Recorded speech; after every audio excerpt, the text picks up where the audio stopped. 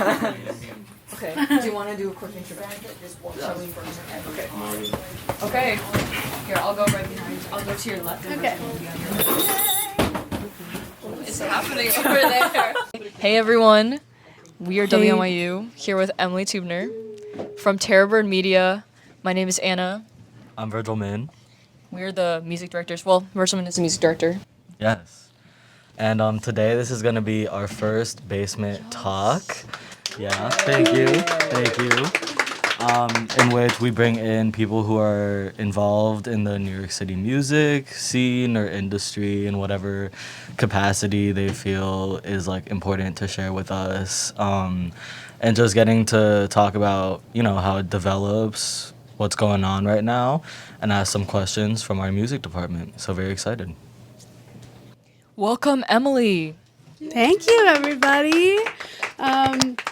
You just heard my name's Emily, pronouns she, her, and I am from Terrorbird Media, and that, if you don't know, is a music marketing and publishing company. It started right here in New York. We now have people all over the country and a few international employees as well. And we provide different services for independent musicians and independent labels. I've been around for a good bit. So I'm just going to give some background on what I currently do and how I went from college radio to now working full-time, just to give you guys some background.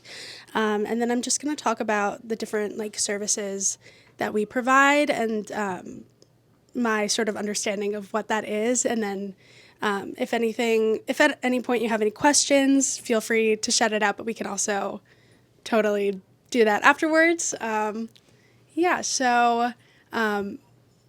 I went to Rutgers University in New Jersey, born and raised in Jersey. Sorry, guys. And it's a very big school. It's our state university, and I knew pretty much right away that I wanted to get involved in college radio. I went to different events on campus. My parents went to Rutgers, so I was always around, always seeing the college radio presence at the big events. There was the sports department at the football games, and I would go and say hi. We would have big outdoor concerts every year in the spring. And I was just always around, and I was always these people seem like they really care about music and care about communicating things on campus, and I want to do that. I want to be that person. So I showed up bright-eyed and bushy-tailed my first day of college. I was like, hi, I want to do this. And they were like, okay, that's fine. And I was very chipper, very go-getter. And I thought I was just going to go right into DJing and then become this big A&R universal music group, right away sort of person. And I pretty quickly had my mind blown as soon as I started going to music meetings and listening to music. I was telling them earlier that going into college, I had a very limited understanding of what music was really out there. I kind of just let Spotify tell me what was good, and I listened to it. And then listen to old classic music, and that was pretty much it. And each week music was coming in, and I was like, there's no way I haven't heard anything like this before. What's going on? And my mind was expanding and blowing up, and I was quickly realizing I don't want to be a corporate baddie. This is not my life. This is not what I am meant to do. This is not going to serve the world in any way. Everyone else wants to do this. So I dropped out of the business school right away, dropped the marketing major I was going to do, and I enrolled in the journalism program at my school and kind of just went full force into college radio. Was learning as much as possible, trying to go to shows, and then COVID hit. And it was because I started school in 2019. So it was really weird and it was a really great time to be a journalism major because everyone was suddenly sitting at home and they're like, yeah, this college student can interview me, like, whatever. So started talking to a ton of artists, started, like, hosting virtual performances on our Instagram.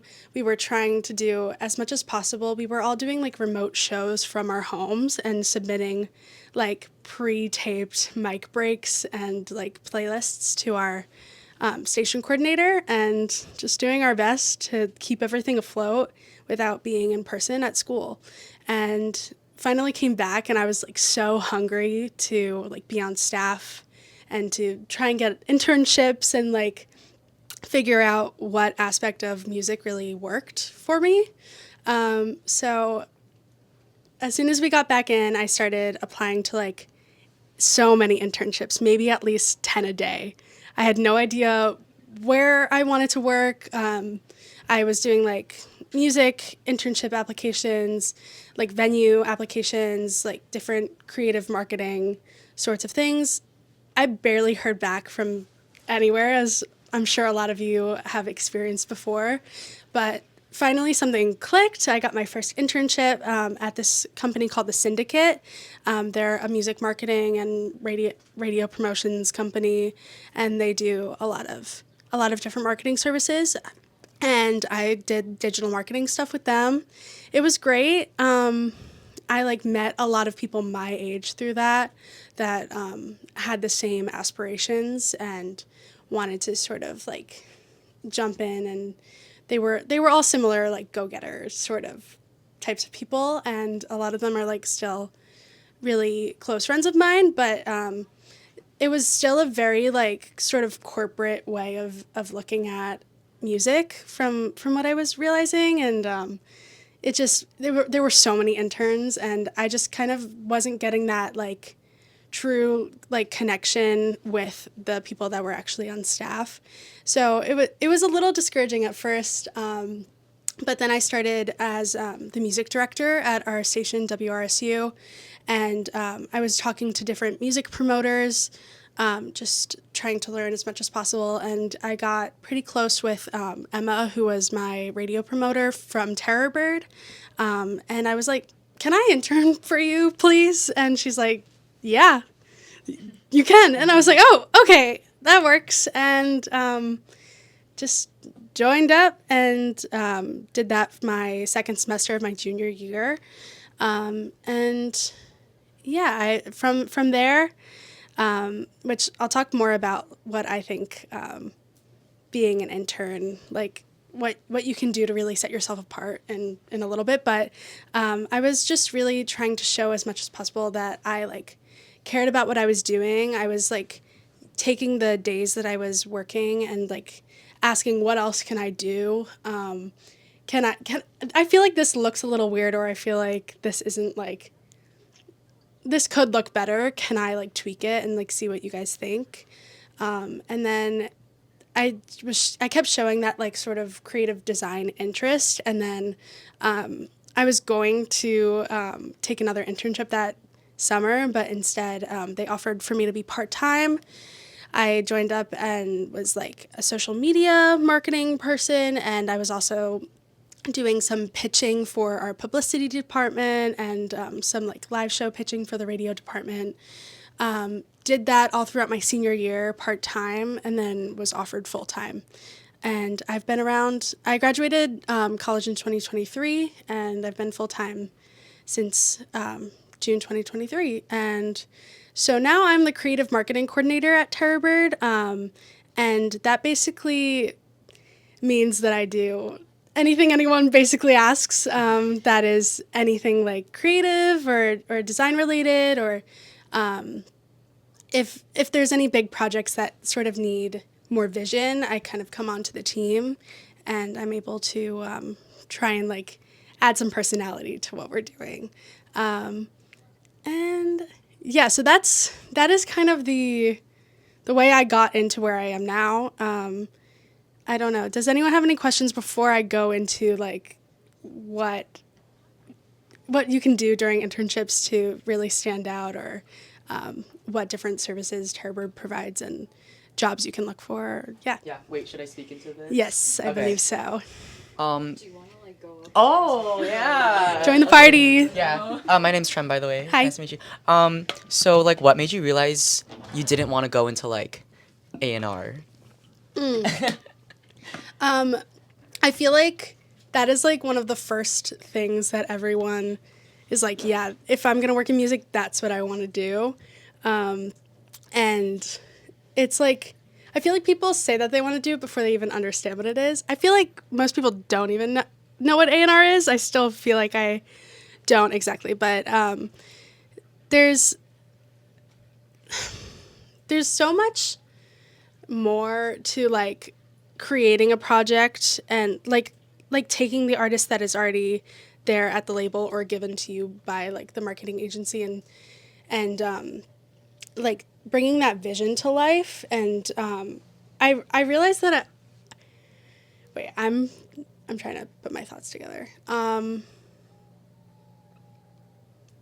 I wanted to be part of that, bringing other people's vision to life rather than just like being in search of like what was already out there. I wanted to be able to like make a difference and like support artists and like it's a Be part of the process, like the actual be part of process, that yeah. process.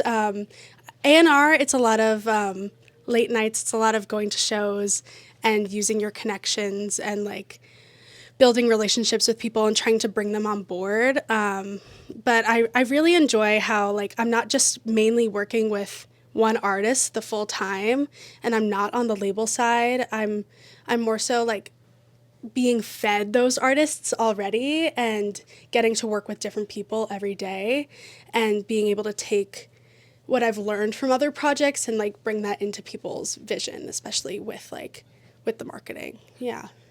Awesome. Thank you. yeah. I appreciate that. Yeah, of course. Hi, thank you for being here. Yeah. I was kind of wondering, well, you kind of like got into it at the end of your discussion, but I was just wondering like how, I guess, close to the artists you work on a regular basis, because I've always been interested in like artist management and like through here we get to like interview artists all the time, but I also like am interested like as someone in marketing, like how much direct contact do you have with them, direct communication? Yeah. Because that's something that's like really important to me. Yeah, it really depends on the project. I feel like with some of the bigger independent labels we work with, we're mainly only talking to the project managers from the labels, and then the manager of the artists themselves. But sometimes the artist is like, I want to be really hands-on in this process, and we love that and we encourage that, and we prefer that. And then we also work with a lot of self-release artists, and sometimes they don't have a manager at all, and they're doing 100% what they're doing. But it's always at least definitely the project managers from the label, and oftentimes the management. Yeah. Okay. Thank you. Yeah. Any other questions before we move into the sort of how to stand out portion? Okay, cool. So something that I have like really learned in my few internships, and even the ones that weren't music, it was what is being asked of me, and then like how can I show what I am really interested in and like my niche interests, and like take that and bring that in to what I'm doing. I was like obsessed with learning how to do graphic design without actually even really knowing what I was doing. Especially during COVID, I was doing like a lot of like Zoom parties with my friends. At the time that I started this internship, we were doing like game nights, and I was on Canva all the time, like trying to make these like flyers. I was trying to like make my own fonts all the time, and like just like making like little stickers that I could like send in texts to friends, and it brought me a lot of joy. So when I started like helping with the radio department at Terrorbird, we were switching over to using disco. If you don't know what disco is, it's like a music servicing platform that also has like an email builder within it. So we were switching from a different process to this disco sort of thing, and rebuilding all of our email templates. And it was supposed to just be like the radio staff that was deciding what these emails were going to look like. And then I kind of stepped in and I was like, you don't have to use this at all, but I made this template. Like, I think it looks great. And like being a music director, I know like how people want to receive music and like what is easiest to kind of take in. If you want to use any of this, feel free, like, but no pressure. And we ended up like fully having me take over the creation of all of the templates for all of the department emails. And I still, to this day, like, am revamping those. And I was really scared at first to like be like, hey, the thing you're doing like isn't working, and it's kind of ugly and clunky and it doesn't work. And coming from the other side, from my perspective, it's not communicating what you think it is. And I think that's something really powerful about being a student and being a young person that grew up online. A lot of these music companies, even like a lot of the independent ones, they seem like younger and more understanding, but a lot of people are lacking the like creativity and the knowledge that we have in this room, and they want it. And the reason people are like taking interns in is not only to just like get a little bit of free work, it's like it's to like really like take the perspective of the people that they're bringing in and be able to use it. So I think that's like the main thing that like will set you apart when you're applying places. It's really just about like showing your personality and not like hiding it, and not being afraid to like tell you, I don't know. It's like you want to show exactly who you are, and people will want that. Anna, for instance, was very like clear about like her personality in her application, and that was what set her apart for the internship. Like it's no one wants like this. No one wants what you think that they want. They want you, and I think that's just like really important to have. Yeah. You were a music director. Yeah. How do you translate the skills that you got from being in like college radio to like like how do you communicate to people like this is what I did? And this, because I feel like in college radio, like we're here all day and we feel like it's like a full-time job. It's our whole life. Yeah. And then you get out and it's like, oh yeah, I was in WNYU, you know? And like everybody's like, who's that? And it's like, so yeah, just like how do you do that? Yeah. I think a really important part about college radio is community building and the communication that comes with that, and the community of like the artist that we just played at the end of the new music show. Who was that? Vivian. Like you might be the only college station in the country playing Vivian's music, but a lot of you seemed super interested in it, and they might be coming in and like doing an in-person situation here. Like you have so much power being in college radio, and people want you to know who they are. So you're inundated with so much music that isn't it's not working in the algorithm yet. It's like not being fed to you by these playlists or Sirius XM or like anything like that. People see that like college radio is powerful, and these people are future like taste makers, and they want you to know who they are.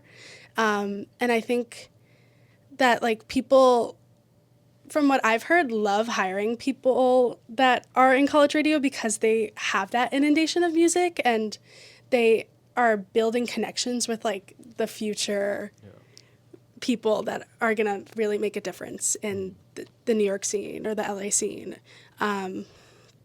And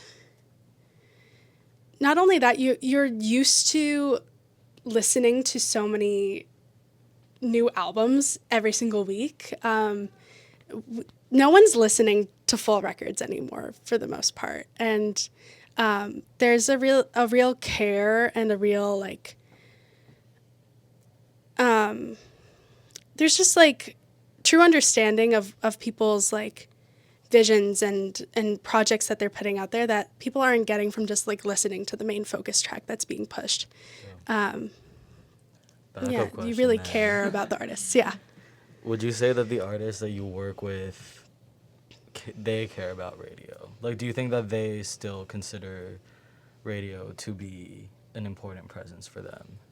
A lot of them do, and a lot of them don't. A lot of them don't understand the power of radio, and a lot of people are just like, radio's dying. Like, why am I going to pay for you to send this music to these stations? But I think that's where like our team comes in, and they're explaining how like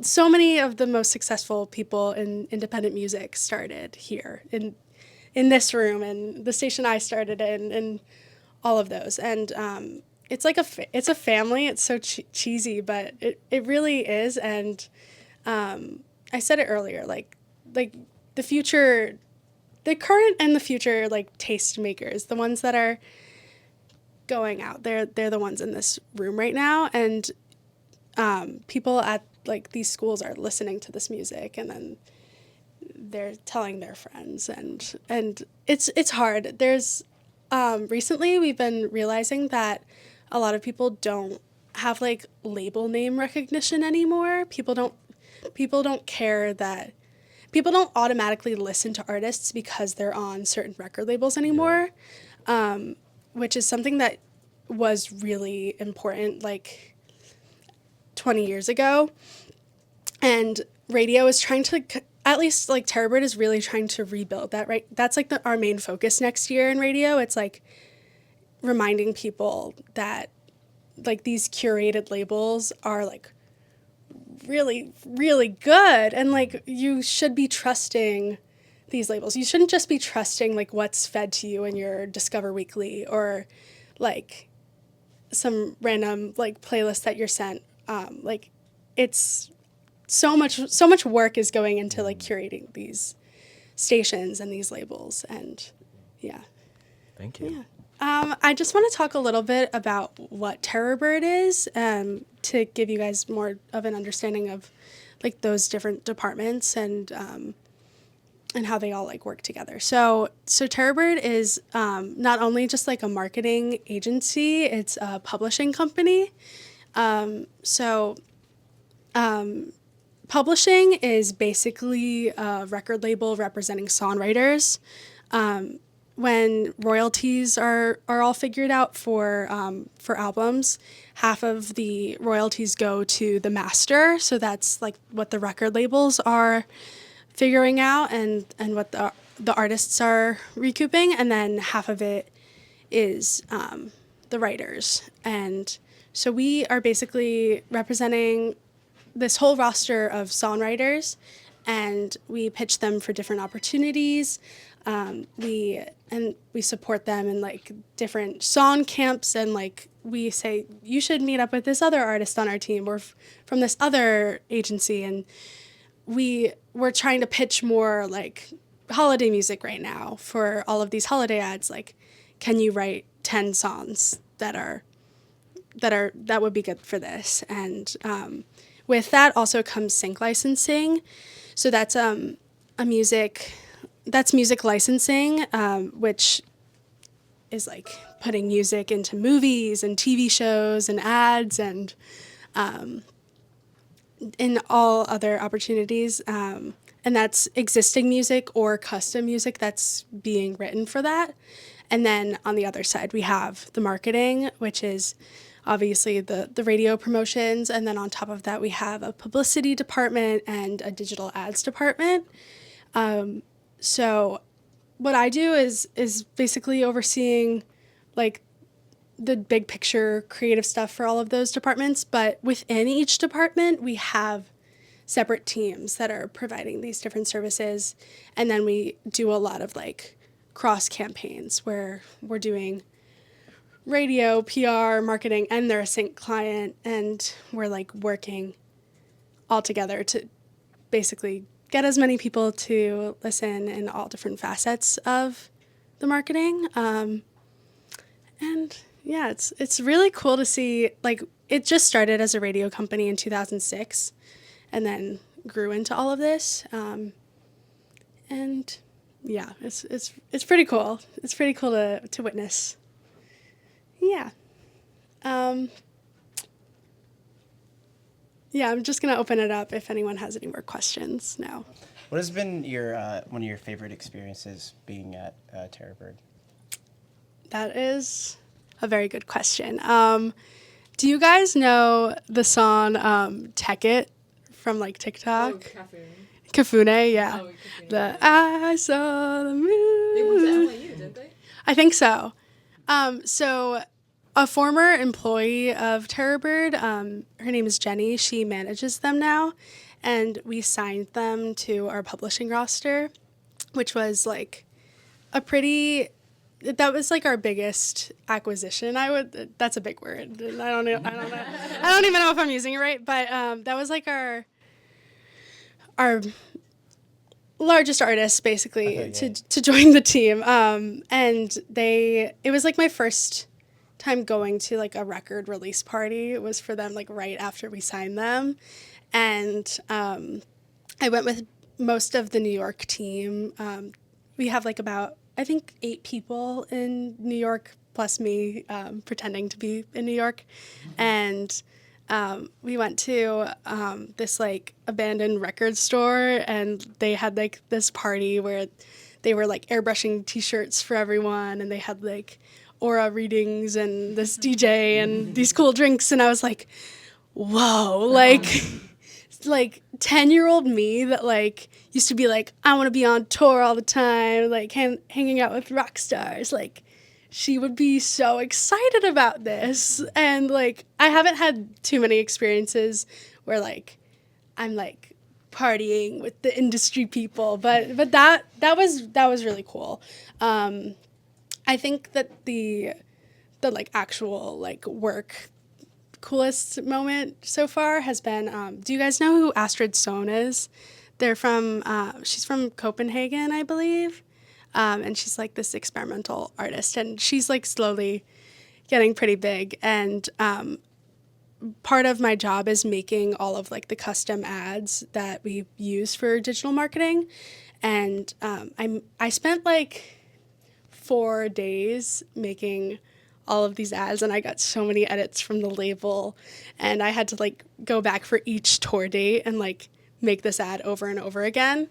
And it was a really exhausting process, but for the first time, like I was scrolling on, I think it was TikTok, and the ad showed up, and I was like, whoa. Does that excite you?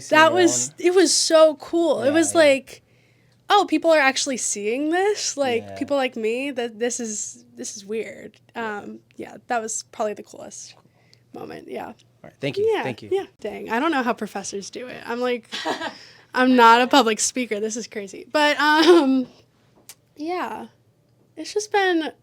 I'm only like 23, and I feel like